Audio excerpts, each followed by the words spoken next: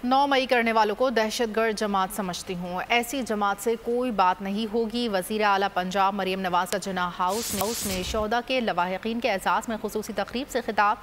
कहा, पूछना चाहती हूँ घिनौना फेल करने वालों को क्यों सज़ा नहीं मिलती। कहते हैं हमारा 9 मई से ताल्लुक़ नहीं, आपके ख़ानदानों का भी इससे ताल्लुक़ है। 9 मई के वाक़यात की बाकायदा 3-4 माह पहले प्लानिंग की गई। सोचती रही वो किस तरह पाकिस्तानी होगा जिसने इस मुकाम को जलाया। मुहिब्बे वतन पाकिस्तानी ऐसे सानहे का सोच भी नहीं सकते।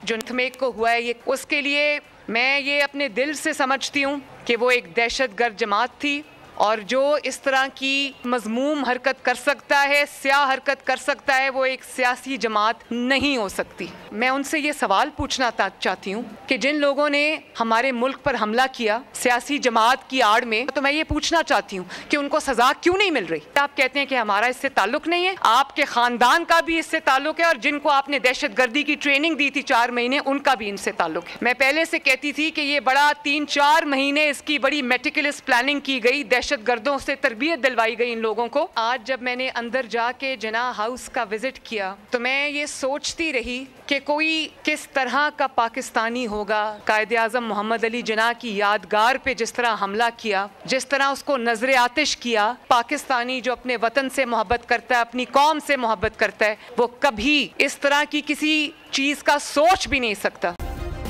सब्सक्राइब करें और बेल दबाएं ताकि कोई खबर रह न जाए।